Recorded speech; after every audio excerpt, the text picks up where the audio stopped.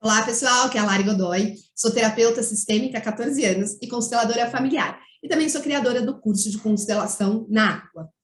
Bom, hoje eu quero trazer para vocês sobre o conceito de tomar pai e mãe, né? É muito interessante esse assunto, eu diria que ele é o essencial de todo o processo da constelação. A constelação ela tem algumas vertentes, mas a questão de tomar pai e mãe é o desafio que muita gente demora muito para tomar. Bert Hellinger mesmo, ele disse que ele tomou a mãe aos 92 anos, 93, né? 93, 94 ele morreu. E o que eu quero dizer com isso? Quer dizer que eu já tomei meus pais? Em vários pontos, sim. Em outros, eu ainda estou aprendendo. E o que é o conceito do tomar pai e mãe? A gente sempre fala que a gente tem o dar e o receber, né? Então, os pais, eles nos deram a vida e nós recebemos essa vida. Só que adianta só eu ter recebido? Então, vamos lá, eu recebi a vida.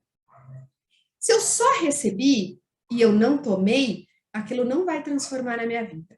Costumo dar esse exemplo. Vamos pegar aqui, ó. Tô com sede, acabou minha água, mas tá tudo bem. Tô com sede.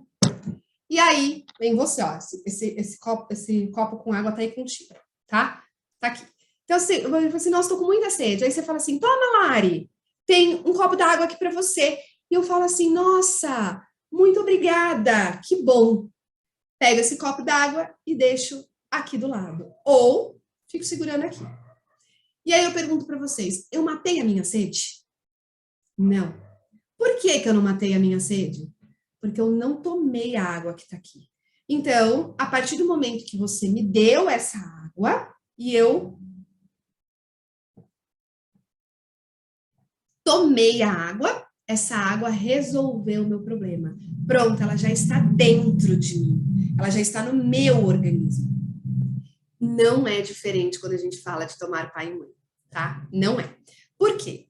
Porque o pai e a mãe, eles tiveram uma história imensa antes, inclusive, de se encontrar e se conhecer.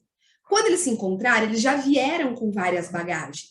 E aí, eles beijaram, namoraram e pronto, fizeram você e você veio para o mundo. Só que eu, quando vou para o mundo, ou você, quando nasce, vem para o mundo, o que começa a acontecer? Começa a acontecer que a gente começa a criar expectativas, criar percepções, criar interesses, desejos, e isso vai atrapalhando um pouco o nosso fluxo. Vou trazer um conceito para vocês que não é de Bert Hellinger, mas que tem total ressonância com esse assunto, tá?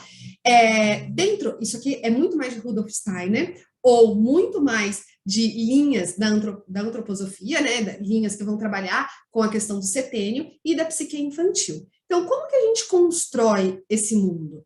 Até os 7 anos de idade, a criança ela é essência pura. Então, ela vive naquele automático.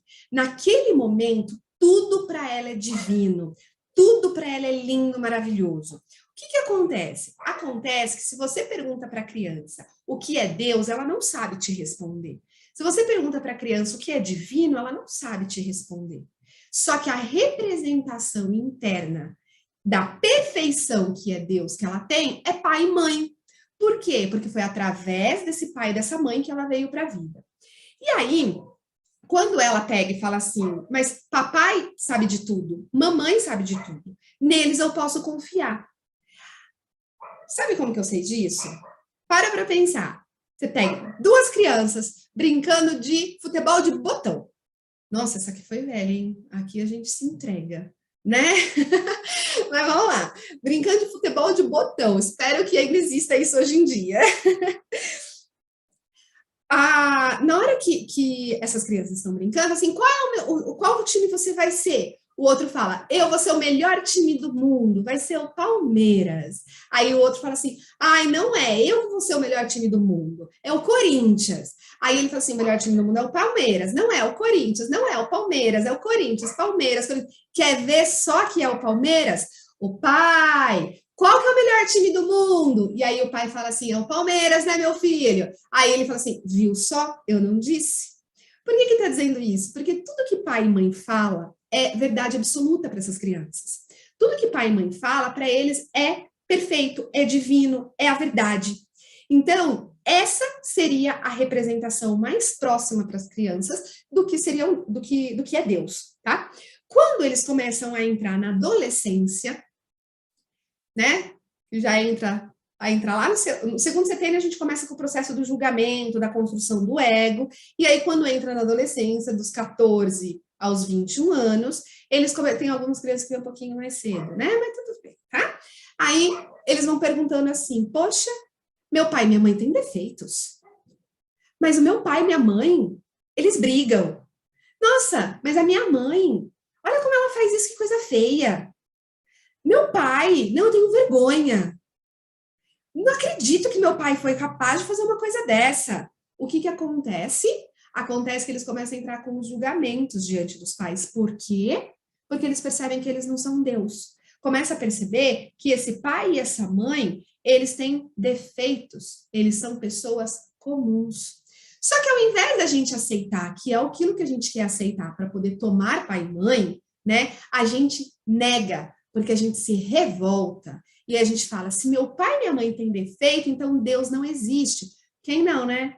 Quem aqui não passou, já atendeu, já deu aula para adolescente, que entra nessa fase da revolta? Vamos falar a realidade, né? Quem nunca chegou a questionar se realmente Deus existe ou não, tá? Então, porque começou a perceber os defeitos de pai e mãe. Gente, isso é muito inconsciente, isso está lá no campo, isso é muito inconsciente. Bom, enfim, conforme eles vão crescendo, vão descobrindo que os pais, eles são defeitos, a gente entra no processo de julgar esses pais.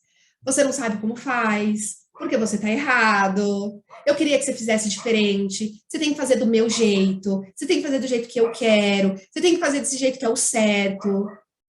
Certo para quem? Né? Então, esse lugar de começar a julgar os pais faz com que a gente vai se afastando da origem da vida, inclusive da fonte criadora divina.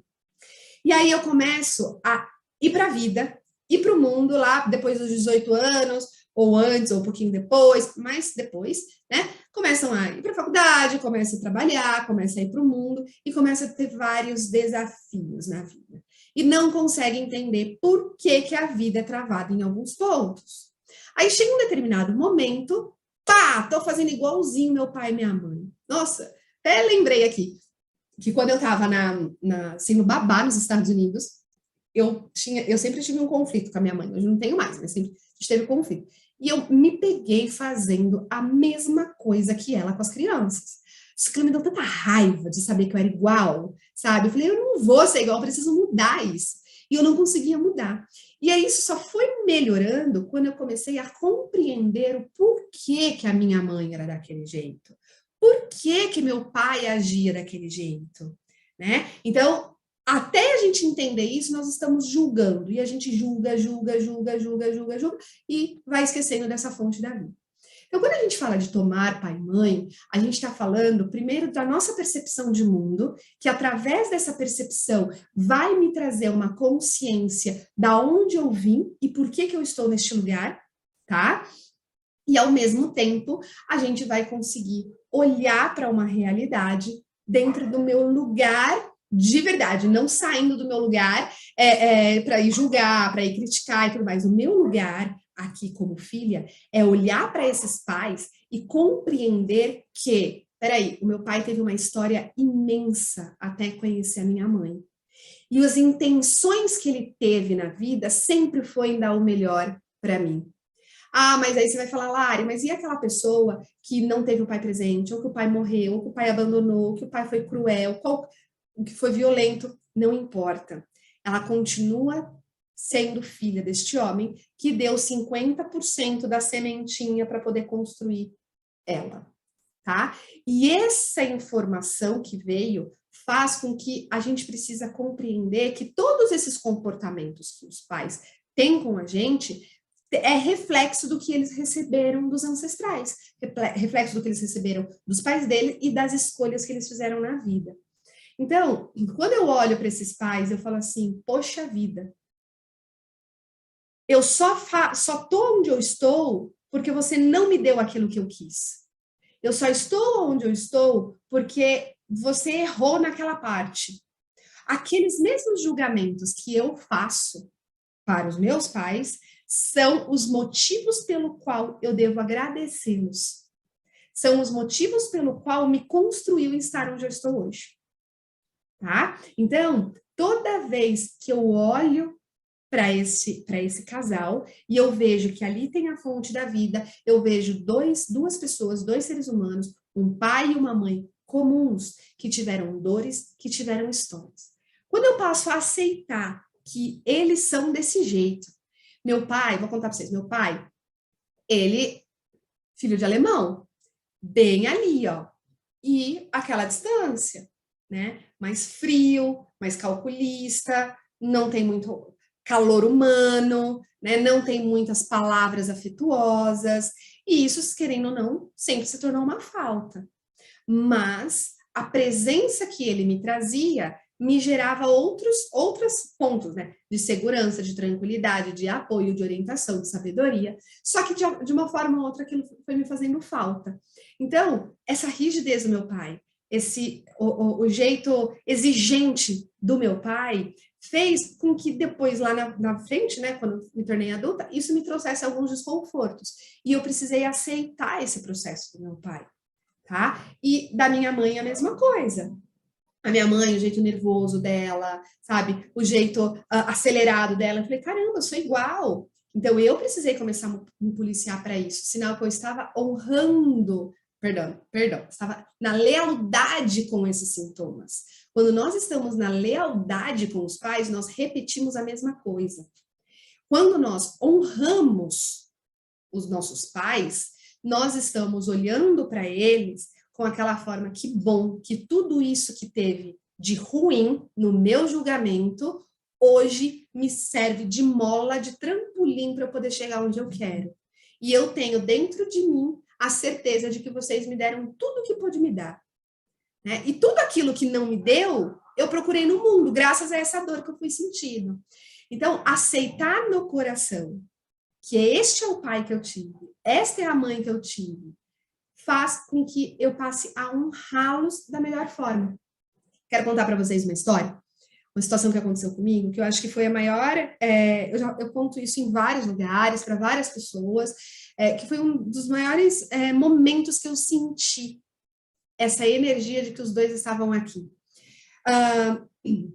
Meu pai, ele foi um cara que ele teve uma empresa com mais de 2.400 funcionários, minha mãe trabalhava na empresa junto com ele, e eles perderam tudo, tá? Ele foi à falência, teve vários problemas, tiveram vários processos judiciais, e esses processos judiciais começaram a penhorar os bens deles e bloquear, e aí a gente passou por muita necessidade depois, e através disso, eu comecei a entrar numa lealdade com eles.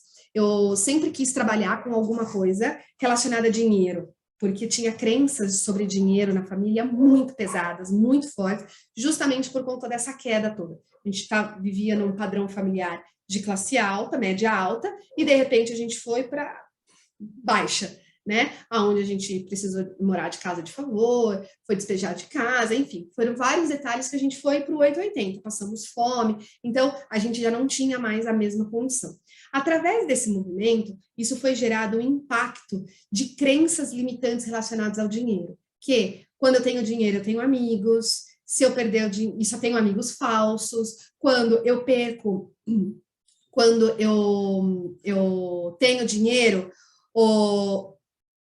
se eu perco meu dinheiro, eu vou perder todos os amigos, né? Ganhar dinheiro é difícil, eu não mereço ter dinheiro. Começou a vir várias crenças em relação a isso.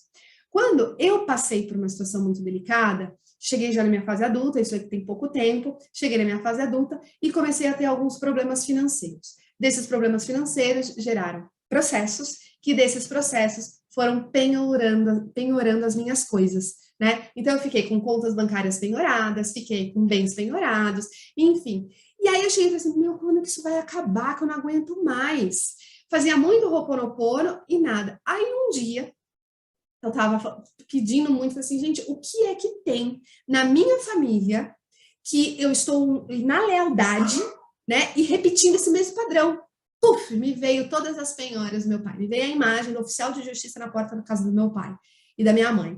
E eu falei assim, eu tô fazendo a mesma coisa, Eu estou seguindo o mesmo caminho. Eu estava na lealdade com os meus pais. O que é a lealdade? Eu dizer para eles o seguinte: se vocês estão aqui, eu estarei junto com vocês. Por lealdade a vocês, eu vou fazer a mesma coisa, para que você não se sinta sozinho.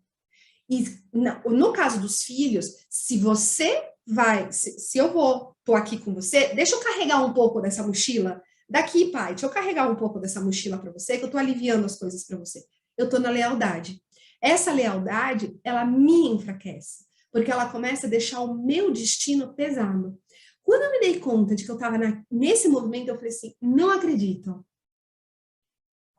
Eu fechei meus olhos, fiz um movimento de âncoras no chão, e eu virei e falei assim, pai, tudo isso pertence ao Senhor.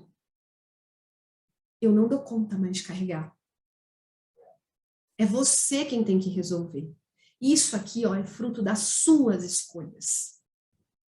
Então é você quem tem que resolver isso. Eu não dou conta mais. E aí eu deixei e fui sentindo. A minha vida financeira transformou. Quando transformou, né? Qual foi o movimento? Aí eu entrei no movimento da honra, que é respeitar que o destino dos meus pais não é o mesmo que o meu e que eu não tenho que carregar o destino deles nas costas. Se o destino dele está sendo pesado, não, o meu não precisa ser. Mas é ele quem tem que cuidar do dele e eu tenho que cuidar do meu.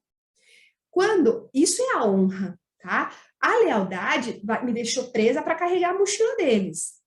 Naquele momento eu falei assim, agora eu vou seguir com o meu destino, papai. É o meu destino que eu vou seguir. Papai e mamãe. Tá? E eu deixo com você, vocês cuidam disso melhor do que eu. E aí naquele momento eu falei assim, pai, o que é que você quer me dizer? E ele virou e falou assim, eu não fui capaz de ter o sucesso que eu queria. Isso foi sentindo e mentalizando, tá?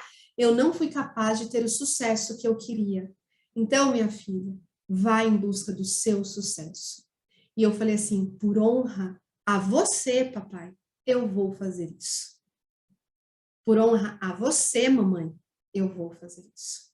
Deixei com eles aquela mochila que pertencia ao destino deles, que eles têm que resolver, e eu peguei a minha mochila, que estava esquecida. E aí eu comecei a caminhar. E as coisas começaram a melhorar. E curiosamente, já que a gente trabalha numa questão do sistema, o outro, os deles também começaram a melhorar. Então, isso entra no lugar da honra, aonde eu estou honrando meu pai e a minha mãe, respeitando que a mochila do destino é deles e a minha é diferente. E que com tudo aquilo que a gente passou, eu aprendi. E que meu pai e minha mãe tinham um sonho lindo de poder construir algo maravilhoso. Eles não puderam. Eu posso, eu vou. E deixa eu ver o que tem no meu caminho. Tá? Quando eu faço isso, eles se fortalecem.